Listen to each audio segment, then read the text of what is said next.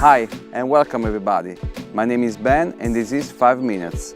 No, we are not on the set of Game of Thrones. We are in Puglia and we are going to explore one of the most important Rupestre settlements located in the countryside of Fasano. So, welcome to the Rupestre area of Lama d'Antico. Lama could be something like a canyon. It's an ancient riverbed which is now dried. Around here, you can feel a perfect balance between the nature and the agricultural landscape created by human activities over the centuries.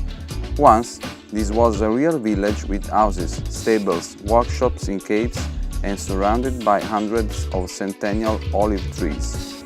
People lived here from the 11th to the 16th century after Christ. Walking along the banks of the Lama, we may find a church. It's not a church as you could imagine, actually it's a cave. Here it is, the Rupestre Church of Lama d'Antico.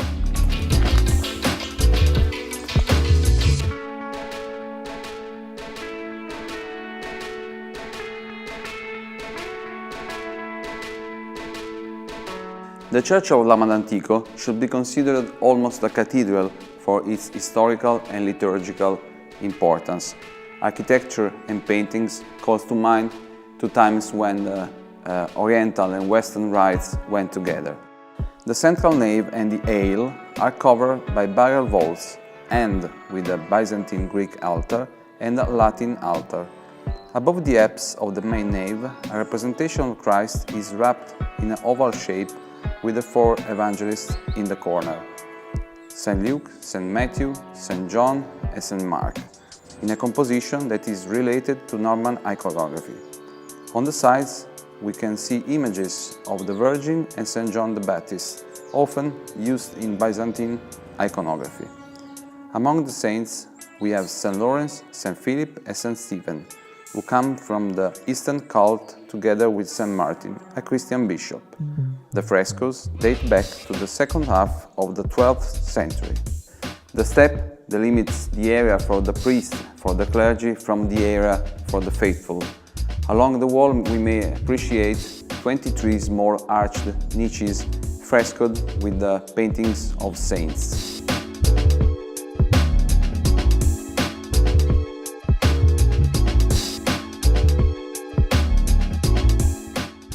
Before moving to the other churches, I'll take you for a few seconds into one of the caves used as dwelling. Here, once, there was everything necessary for living and for working. A water well, work tables, and the stables just outside here. All carved into the stones.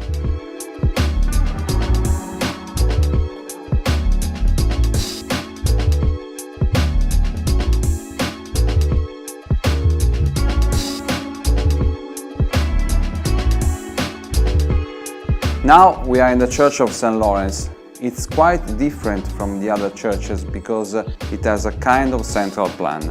But anyway, we can easily identify the room dedicated to the people, the followers, and the room where the priest was used to preach to the people, separated by one step.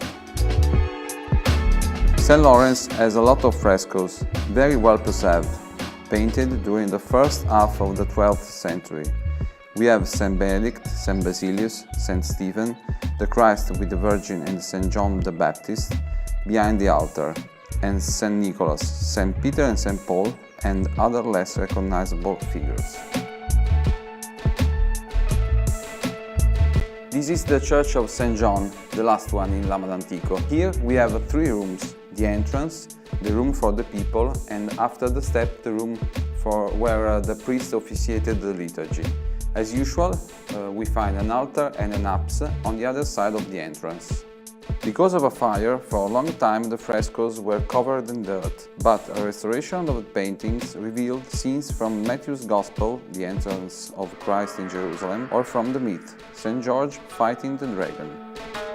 Maybe we are late, but I'm sure you enjoyed this short journey in time and you would like to be here to join us to discover the Rupestre area of Lama d'Antico.